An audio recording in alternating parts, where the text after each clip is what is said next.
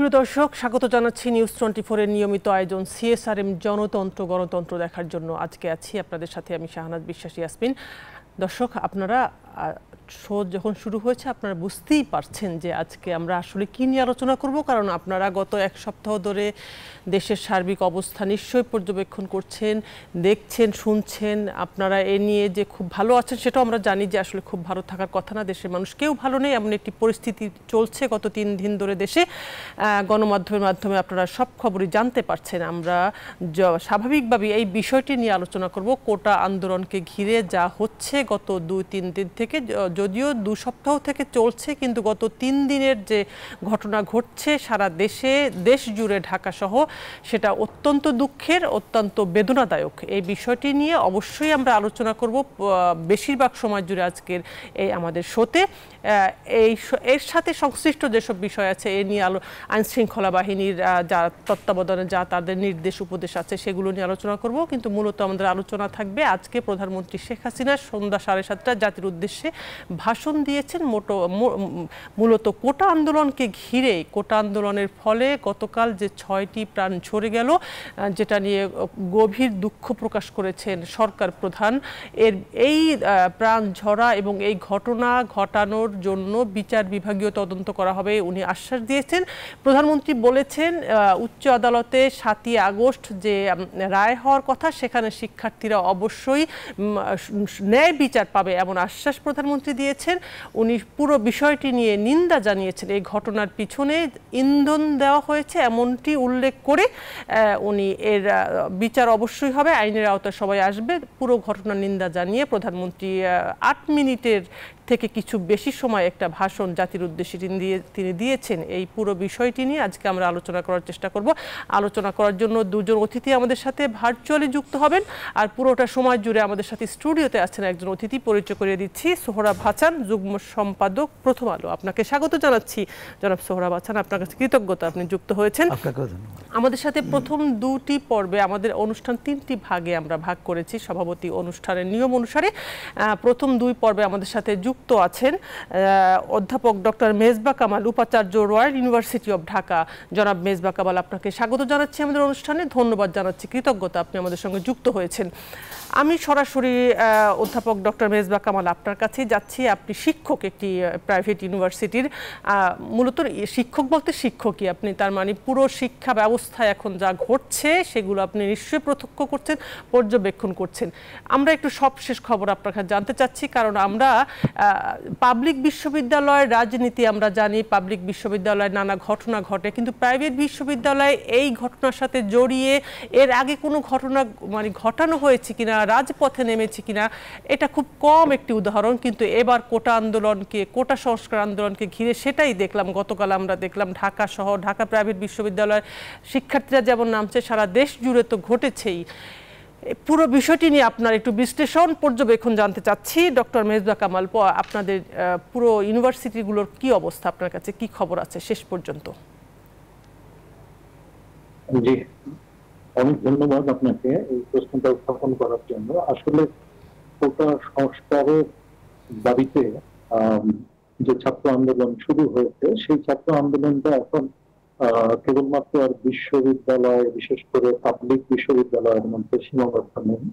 এটা প্রাইভেট বিশ্ববিদ্যালয়গুলো তাতে যুক্ত হয়েছে এবং কলেজ, এমনকি আরো নিম্ন পর্যায়ে ছাত্রছাত্রীরাও দেশের বিভিন্ন স্থানে এর সাথে যুক্ত হচ্ছেন বলে আমরা জানতে পেরেছি।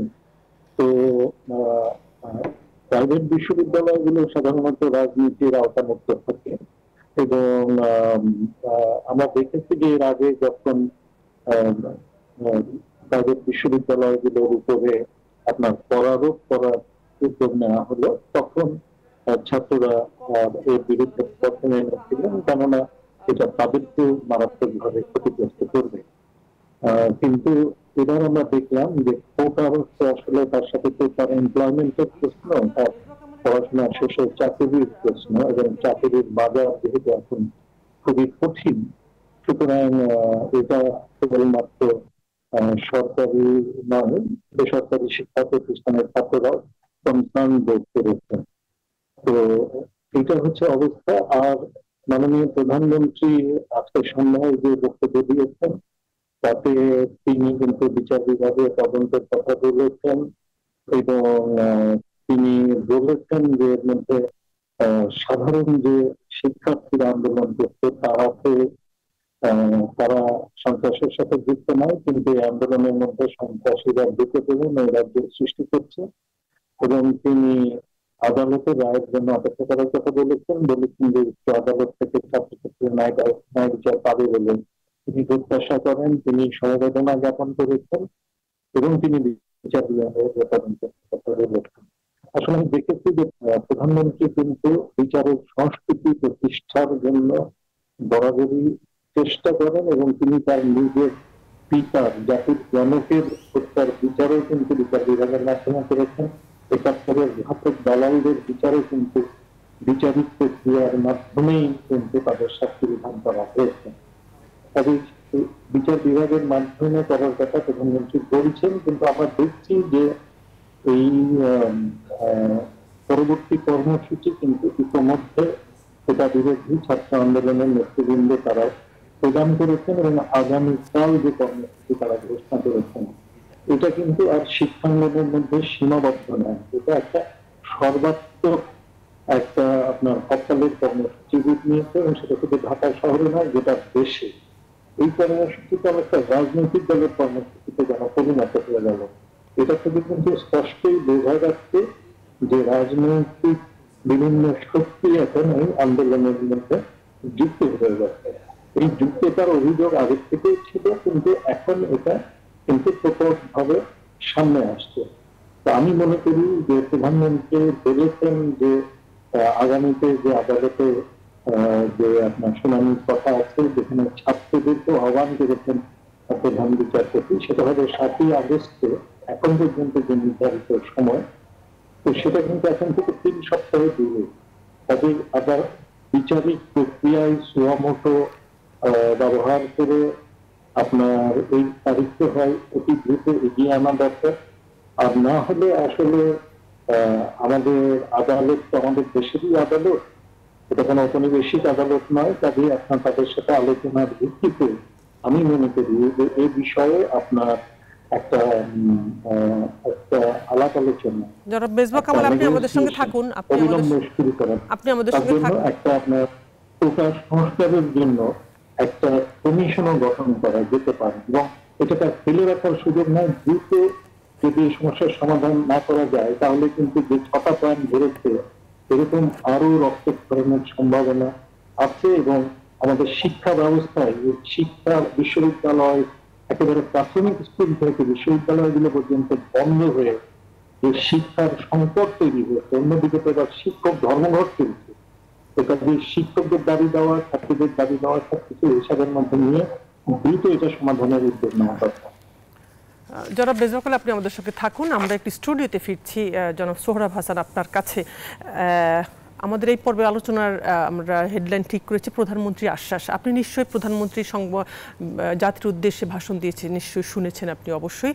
সেখানকার প্রতিটি লাইন আমার কাছে মানে ধরে ধরে যদি বলি, উনি কিছু মহল আন্দোলনের সুযোগটা নিয়ে অনাকাঙ্ক্ষিত উচ্চাবিলাস চরিতার্থ করবার সুযোগ নিয়ে সন্ত্রাসী কর্মকাণ্ডে লিপ্ত হয়েছে। বিষয়টি উচ্চ আদালতে আপিল করা হয়েছে, তাই সকলকে ধৈর্য ধরার আহ্বান জানিয়েছে। উনি খুব পরিষ্কার করে বলেছেন যে ছাত্র সমাজ উচ্চ আদালত থেকে ন্যায় বিচারই পাবে, তাই হতাশ হওয়ার কিছু নয় এবং পুরো বিষয়টি নিন্দা উনি জানিয়েছেন। এখানে মেজবা কামাল অনেকগুলো কথা বলেছেন, 7 তারিখের পরে কথা, কমিশন গঠন করার কথা, নির্বাহী বিভাগের কথা, সব মিলে প্রধানমন্ত্রীর আশ্বাস। প্রধানমন্ত্রীর চীন সফর পরবর্তী প্রেস কনফারেন্সের একটি শব্দ জুড়েই এই মোটামুটি এর আগে ছিল স্বাভাবিক একটি আন্দোলন ছাত্র সমাজের কোটা সংস্কার নিয়ে, কিন্তু সেদিন রাত থেকেই শুরু হলো যেহেতু প্রধানমন্ত্রীর একটি শব্দকে ঘিরে এবং কি হলো গত 3 দিন ধরে আপনি জানেন, পুরো জাতি জানে, যেটা খুবই দুঃখজনক যে বিশ্ববিদ্যালয়ের মতো জায়গার শিক্ষার্থীদের মুখ দিয়ে যখন এই শব্দটি বের হয়, তার মানে খুব স্বাভাবিকভাবে প্রশ্ন আসে রাজাকার শব্দটির অর্থ কি তারা বুঝে বলেছে? মানে রাজাকারের সাথে এই বাংলার এই রাষ্ট্রের কত কিছু জড়িত এই শব্দগুলো, এইটার সাথে যারা রাষ্ট্রটাই চায় নাই সেই শব্দরা যখন বিশ্ববিদ্যালয়ের শিক্ষার্থীরা স্লোগান দেয়, সেই শব্দ নিয়ে যখন পরবর্তী দিন পুরা রণক্ষেত্রই বলা যায়, সারা দেশ হলো ঢাকা শহর। তারপর আজকে প্রধানমন্ত্রীর একেবারেই 7:30 হঠাৎ করে এই জাতির উদ্দেশ্যে ভাষণ দেয় এবং উনি যেভাবে আশ্বাস দিয়েছেন, সব মিলে আপনার পর্যবেক্ষণ কি জনাব সোহরাব হাসান? ধন্যবাদ। অধ্যাপক মেজবা কামাল প্রধানমন্ত্রীর ভাষণ এবং তার আহ্বান সম্পর্কে বলেছেন, বিশ্ববিদ্যালয়ের গুলোর অবস্থাও বলেছেন। প্রধানমন্ত্রীর ভাষণে কিছু কিছু বিষয় এসেছে। আপনি বলেছেন যে যেমন তিনি দুঃখ প্রকাশ করেছেন, গভীর দুঃখ প্রকাশ করেছেন 6টি প্রাণ ঝরে যাওয়ার, বিচার বিভাগের তদন্তের কথা বলছেন, পরিবারের সাহায্য সহযোগিতার কথা বলছেন। কিন্তু প্রধানমন্ত্রী তো রাষ্ট্রের সরকারের প্রধান, রাষ্ট্রের প্রধান নির্বাহী। এই ঘটনা আপনি সূচনায় বললেন যে শান্তিপূর্ণ আন্দোলন চলছিল, এই ঘটনা ঘটলো কেন? 6টি প্রাণ ঝরে গেল। প্রধানমন্ত্রী এই ভাষণটি যদি 2 দিন আগে দিতেন বা 3 দিন আগে দিতেন, বা তিনি যদি এই শিক্ষার্থীদের প্রতি আহ্বান জানিয়েতেন, তার যে আবেদন আর সমস্ত বিশ্ববিদ্যালয় শিক্ষা প্রতিষ্ঠান বন্ধ হয়ে যাওয়ার পর আহ্বান, দুটোর মধ্যে কিন্তু পার্থক্য আছে। একটি হচ্ছে যে বাস্তবতা, সংকটের যে গভীরতা, সেটি কিন্তু প্রধানমন্ত্রীর ভাষণে নেই।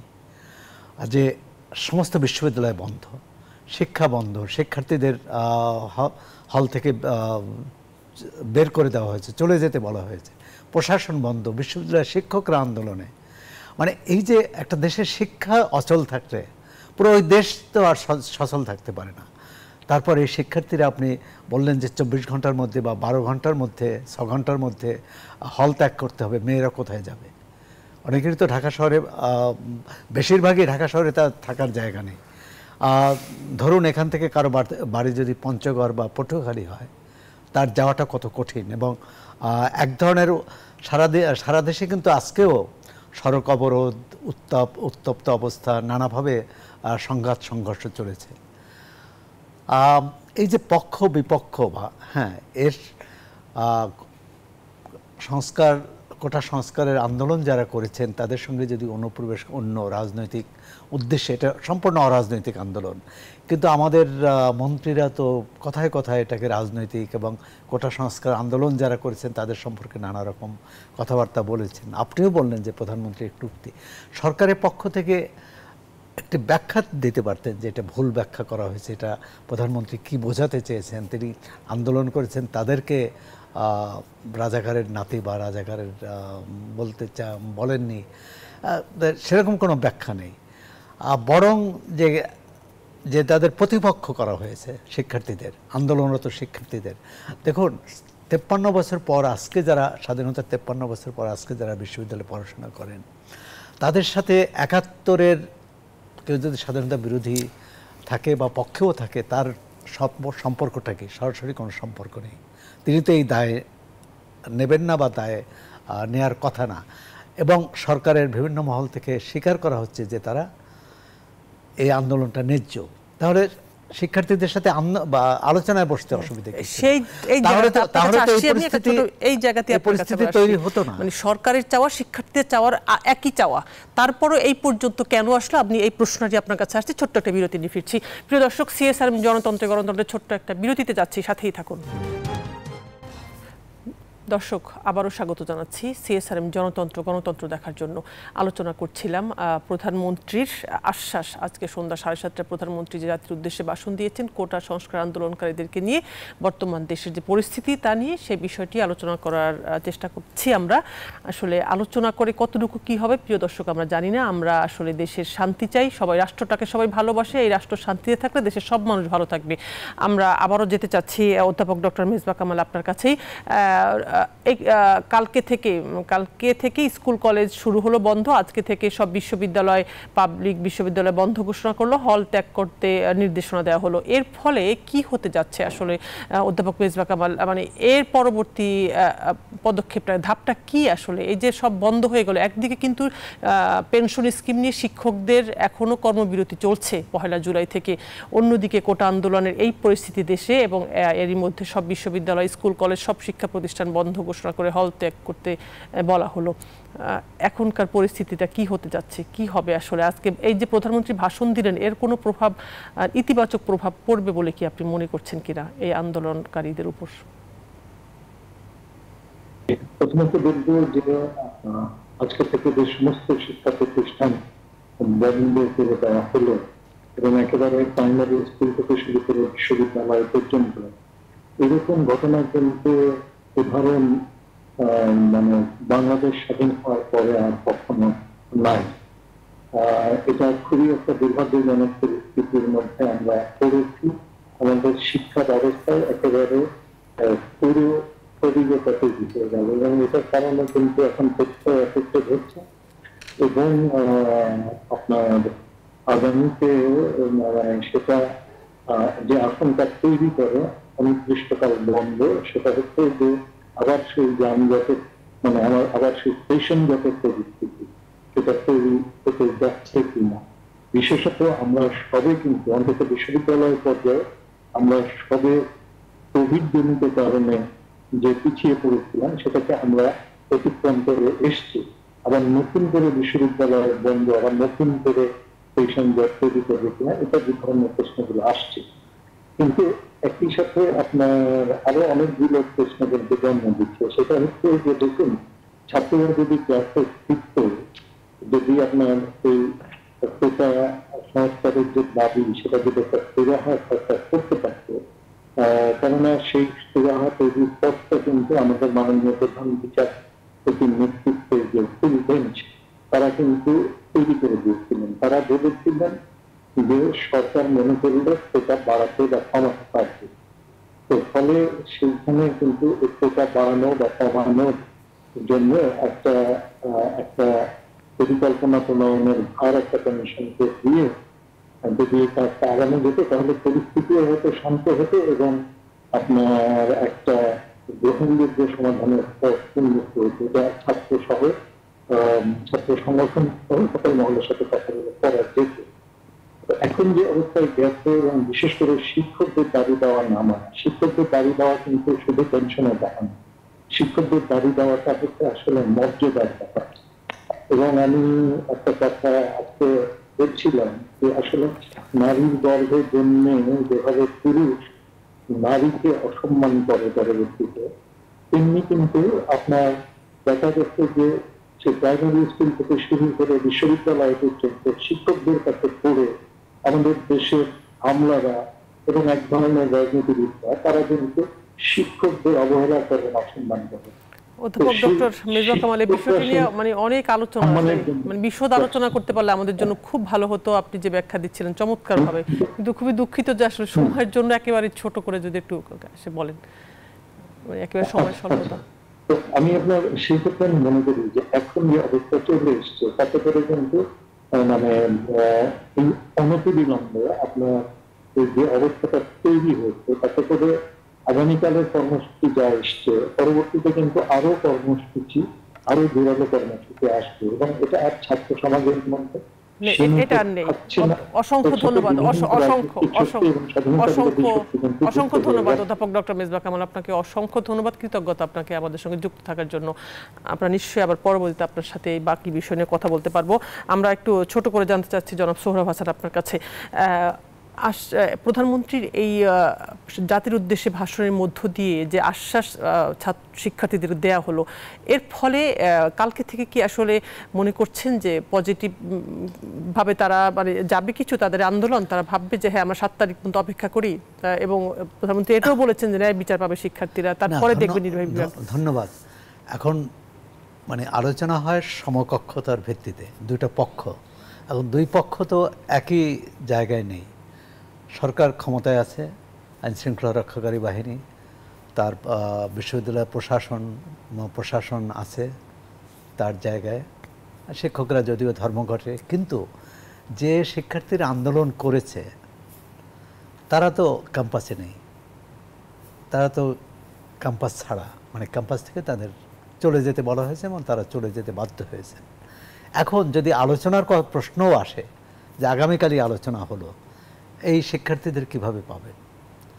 তারা তো যার যার গ্রামে চলে গেছে বা কোথাও আত্মীয় স্বজনের বাড়িতে গেছে, এটি একটি বিষয়। তার বন্ধ করা হলো কেন?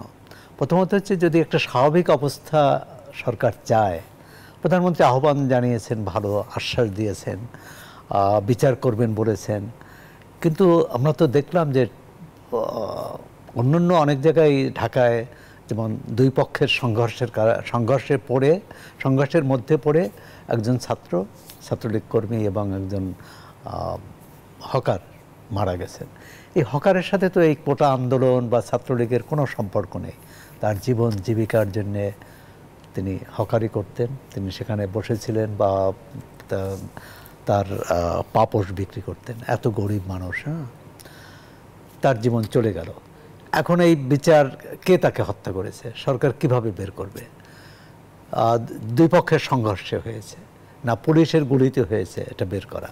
আচ্ছা, এটাও ধরেন সরকার বের করতে পারলো। রংপুর বেগম রোকেয়া বিশ্ববিদ্যালয়ে ছাত্র আন্দোলন করেছিল, সেখানে পুলিশ গুলি করেছে। পুলিশ বলছে যে তারা রাবার বুলেট ছুড়েছে। রাবার বুলেটে একটা লোক মারা গেলেন, একজন শিক্ষার্থী, এবং সেই শিক্ষার্থী যে পরিবারের একমাত্র সন্তান, মানে অনেক, ওই পরিবারে অনেক ছেলে মেয়ে, কিন্তু একমাত্র সন্তান যাকে বিশ্ববিদ্যালয়ে পাঠিয়েছিল। চিন্তা করুন, তার যে বাবা মার যে স্বপ্ন কিভাবে ভেঙে গেল। এর ক্ষতিপূরণটা টাকা দিয়ে হবে না। আমরা একটু ছোট বিরতি নিয়ে ফিরছি। প্রিয় দর্শক, সিএসআরএম গণতন্ত্রে আরেকটা ছোট্ট বিরতিতে যাচ্ছি, আমাদের সাথেই থাকুন। দর্শক, আবারও স্বাগত জানাচ্ছি। সিএসআরএম গণতন্ত্র দেখার জন্য আমরা এতক্ষণ আলোচনা করছিলাম প্রধানমন্ত্রীর আশ্বাস। প্রধানমন্ত্রী সন্ধ্যা 7:30 জাতির উদ্দেশ্যে যে ভাষণ দিয়েছিলেন কোটা সংস্কার আন্দোলনকারীদের উদ্দেশ্যে, মোটামুটি সেটা নিয়ে আলোচনা করার চেষ্টা করেছি। আমরা এখন একটু আলোচনা করতে চাচ্ছি সন্ধ্যা, ঠিক প্রধানমন্ত্রীর ভাষণ যখন চলছিল 7:30 থেকে, তারপরে প্রধানমন্ত্রীর ভাষণ হয়েছিল 8 মিনিটের একটু বেশি সময়, 8:45টার দিকে বৈষম্য বিরোধী ছাত্র আন্দোলন, যারা মূলত কোটা সংস্কার আন্দোলন করছেন, তারা তাদের এক সমন্বয়কারী আসিফ মাহমুদ তার ফেসবুক পোস্টে একটি কর্মসূচি ঘোষণা করেছেন। সেটার নাম দিয়েছেন কমপ্লিট শাটডাউন। তিনি লিখেছেন, সারা দেশে সব স্কুল, কলেজ, বিশ্ববিদ্যালয়, প্রাইভেট বিশ্ববিদ্যালয়, মাদ্রাসা শিক্ষার্থীদের এই কর্মসূচি বাস্তবায়নের আহ্বান জানিয়েছেন তিনি। শুধুমাত্র অ্যাম্বুলেন্স বা জরুরি হাসপাতাল ব্যতীত এই তাদের কর্মসূচির আওতায় সবাইকে আসার জন্য তিনি অনুরোধ জানিয়েছেন। আমরা এই পর্বে আলোচনা করার জন্য আমাদের সাথে জুমে যুক্ত করেছি অধ্যাপক ডক্টর সাদিকুল আরিফিন, সাবেক উপাচার্য, বরিশাল বিশ্ববিদ্যালয়। অধ্যাপক ডক্টর সাদিকুল আরিফিন, আপনাকে স্বাগত জানাচ্ছি আমাদের অনুষ্ঠানে। আপনার কাছে যাচ্ছি একটু, যদিও আমাদের খুবই স্বল্প সময় এখন শেষ পর্যায়ে, আপনি একটু যদি বলেন, আপনি তো একটা রাজশাহী বিশ্ববিদ্যালয়ের আছেন শিক্ষক, সেখানকার কি অবস্থা? আমরা জানি সন্ধ্যা পর্যন্ত সেখানে বেশ উত্তেজিত অবস্থা ছিল, উত্তেজনা ছিল। যদি ছোট করে একটু এটা জেনে তারপর আমি আপনার কাছে প্রশ্নে যাচ্ছি। জি, আমি প্রথমেই যে 6 জন শিক্ষার্থী সহ যে 6 জন নিহত হয়েছে তাদের প্রতি গভীর শোক জানাচ্ছি এবং তার পরিবারের প্রতি গভীর সমবেদনা জানিয়ে যেটুকু বলছি যে রাজশাহী বিশ্ববিদ্যালয়ে আজকে বিগত দিনের সময়ের মতো আন্দোলন সংগ্রাম চলছিল, কিন্তু আজকে দীর্ঘ সময় উপাচার্য সহ বেশ কিছু শিক্ষক অবরুদ্ধ ছিল এবং পরবর্তীতে বেশ কয়েক ঘন্টা পরে সে অবরুদ্ধ মুক্ত হয়েছেন এবং এখনো রাজশাহী বিশ্ববিদ্যালয় সহ সকল জায়গায় এটা থমথমে পরিবেশ বিরাজ করছে। সব মিলিয়ে অন্যান্য জায়গাকার মতো একই রকমই অবস্থা রাজশাহীতে। আচ্ছা, এই কমপ্লিট শাটডাউন একটু জানতে চাচ্ছি। এই যে তাদের প্রধানমন্ত্রী ভাষণ দিলেন, তাদেরকে নিশ্চিত করলেন ন্যায় বিচার পাবেন, দুঃখ প্রকাশ করা, বিচার যে ঘটনা ঘটেছে এবং যারা নিহত হয়েছেন সেটার ন্যায় বিচার পাবে, বিচার বিভাগে তদন্ত হবে, সব কিছুর পরেও এর প্রভাব কি এই আন্দোলনে কতটুকু পড়বে বলে মনে করছেন? কারণ এর পরপরই তারা আবার একটি ঘোষণা দিয়েছেন কমপ্লিট শাটডাউন নামে। দেখুন, আমিও আপনার মতোই এই মিডিয়ার মাধ্যমেই জেনেছি কমপ্লিট শাটডাউনের রীতি, যেখানে মূলত যেটা আছে যে শুধুমাত্র হাসপাতাল এবং অ্যাম্বুলেন্স ছাড়া সবকিছুই শাটডাউনের অন্তর্ভুক্ত বলে মনে হয়েছে, যে এটা যেটা দেখেছি সেই জায়গাটার সম্পর্কে এই আগে মুহূর্তে এখনই কিছু বলার জায়গা যাচ্ছে না, এই জন্য যে আগামীকালকের এই প্রোগ্রামটির মধ্য দিয়ে বোঝা যাবে যে এর একটা প্রভাব বা এটার কি পড়বে বা কি কতদূর যাবে। সেই জন্য কালকের প্রোগ্রামটা পর্যন্ত আমাদের অপেক্ষা করতে হবে, দেখতে হবে যে তাদের কি মানে কার্যক্রমগুলো কি সেই জায়গাটা থেকে।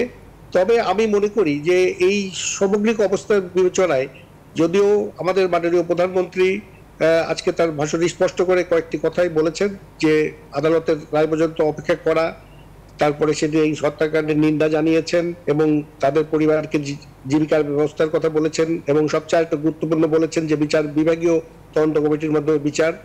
সেই সাথে সে আরেকটু বলেছেন যদি কোনো সন্ত্রাসী কর্মকাণ্ড বা আইন শৃঙ্খলা বিশৃঙ্খল কর্মকাণ্ড হয় তাদের বিচার। তো সব মিলিয়ে তার বক্তব্যের মধ্য দিয়ে যেটুকু আমরা বুঝতে পেরেছি যে সেটা একটা আদালতের রায় পর্যন্ত অপেক্ষা করার বিষয়টি রয়েছে।